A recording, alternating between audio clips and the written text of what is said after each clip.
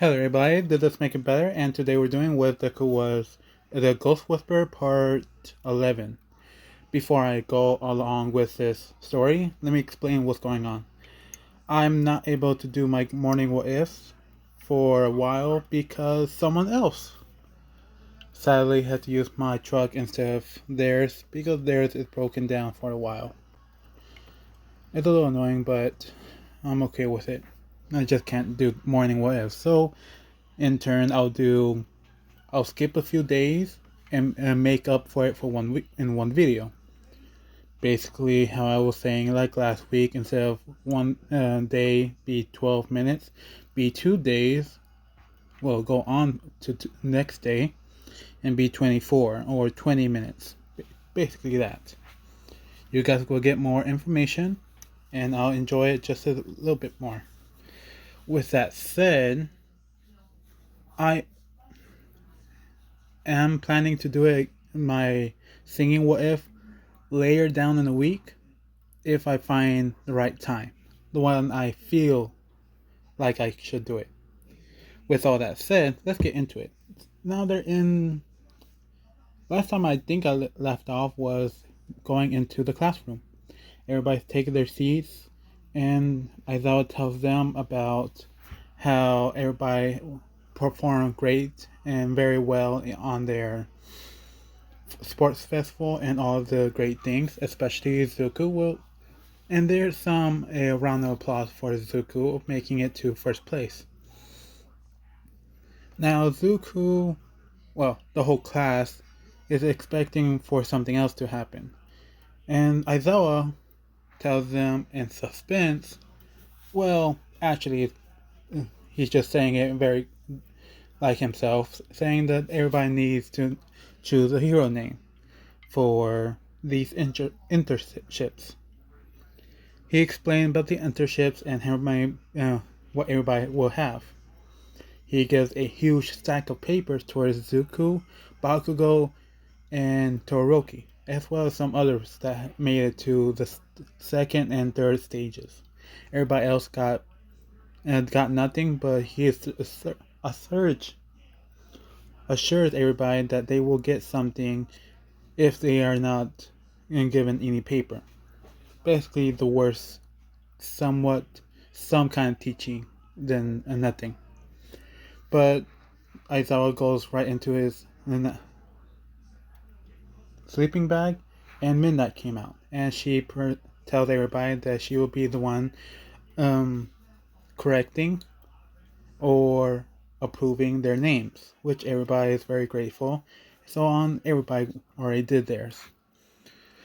To the point where Zuko is actually the last one, and he's thinking about one name, but it feels weird to think of it.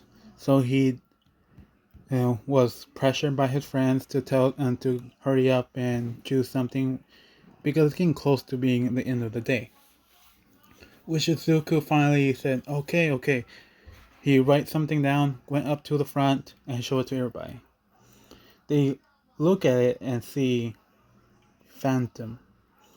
Zuko said, oh, sorry, wrong side. And he turned around and he said, yeah, I'm going with this one. And it says Phantom, the ghost hero. And everybody kind of gets it, but why did you choose Phantom? Why not Ghost or something like that? And Zuko said he thought about it, but his master told him that there was another hero over in the USA going by the name of Dandy Phantom. And so I based my costume on his. Not much information, but I want to be more well known than he is. Ergo, Phantom. Everybody applauds, saying it's a good name, but Midnight saying it's a great name and such a brilliant, nice ways of putting it together. She can't really think of anything else because it's been a long day and she's getting a little tired. Everybody was going down and now focusing on their papers. Well, most of the class actually have internships chances to go to, everybody's going to with the canon. Zuko was deciding on who he should go with until that sneaked up on me. Dang. But sorry if I'm being quiet. I have two family members here and they're quiet because they're watching TV. Hopefully they're not over here. But anyway, Zuko was about to choose internship and give it to Aizawa until All Might comes in, asks for Zuko to meet him in his office. As he does, he is told about Gran Torino. Now, after that little meeting goes on, seeing how All Might is very shakingly talking about Gran Torino, him asking for you, Midoriya, to go under him, Zuko understood and take it. Maybe it'll be a good chance to learn how to fight in his ghost form. Zuko now leaving the class, asking Ida, well, I actually forgot what's his friends. Let me think. Hold on. I actually forgot what was his friends. I remember now. Bakugo, Kirishima, and Kaminari. As well as some of the girls.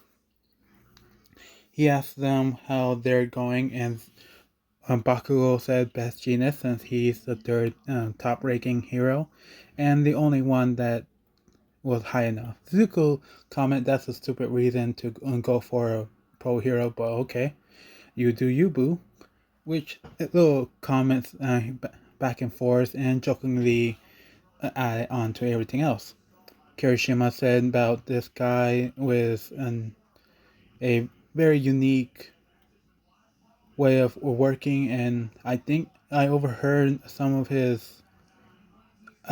the heroes that with him are mostly community service kind of jobs.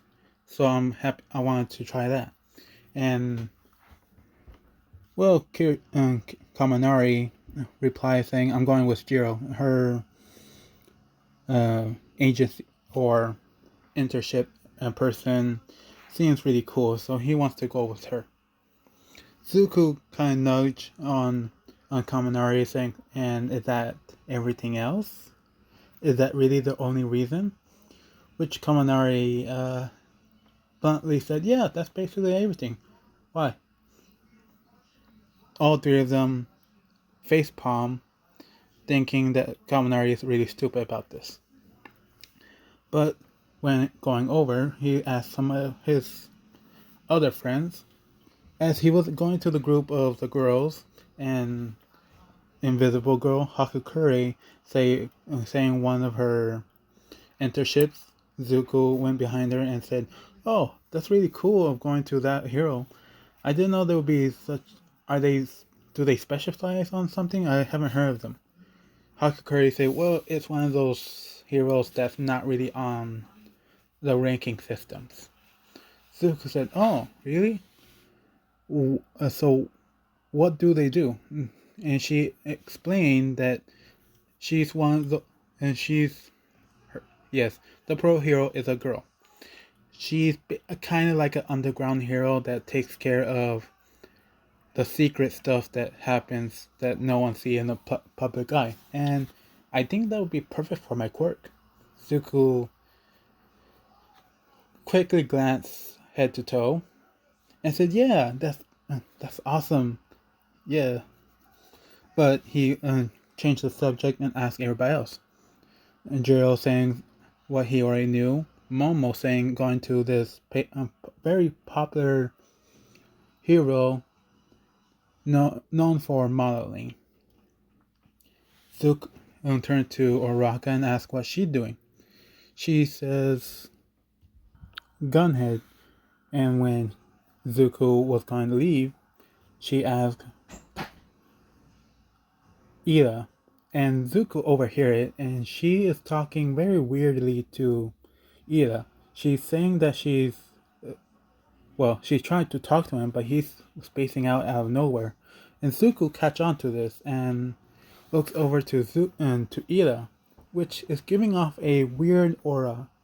It feels somewhat cold, and he can feel it down in his chest, a cold chill going down his spine. So Zuko confronted to Ida and asked what he's doing. What are you thinking about? Which Ida tried to pass it on like just some other stuff. Which Zuko, right now they're outside of the classroom because Ida was trying to leave as fast as he could. But Zuko said, "Hey, I know that look. What you're thinking of, don't do it. It's not worth it. Don't." And Ida is just not caring for any of this. You're not even my friend, so don't even worry about this. And Ida promptly pushed Zuko out of the way and let him go through and say, "I'm sorry, but I need to go and see my brother." Which Zuko remembers how Ida's brother is in the hospital and thinks who, what was, he's trying to think who was the villain or was it a accident? One of those two. Until he overheard Uraka asking Ida where he's going. Maybe we can go on a train together. Which Ida is just ignoring her completely and went off by himself. Now, Uraka is a little sad about this and went back to the group of girls, and the girls are asking what's going on with Ida. He seems off today. She explained that it's all because ever since his brother was attacked by Stain, the hero killer, he never acted the same again. Which Zuko, that. He thinks to himself, and he knows for sure what Ida's planning. And he went up to Oraka and asked, "So do you know what Ida internship did he go for?" She said, "Yeah, he went to this place, this person. He says he's very good with what he does and wanted to learn something from him." Which Oraka didn't see any red flags by that, but Zuko can tell. It's not a very high-ranking hero, but the hero doesn't have any specialties that Ida could learn from. Now, going on to...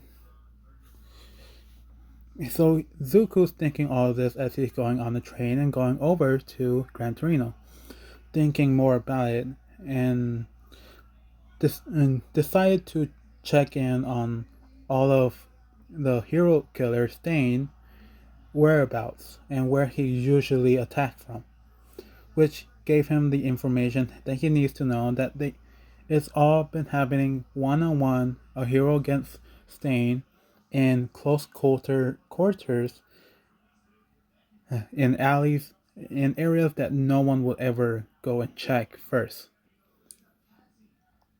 And it basically made everybody scared for their lives, especially heroes.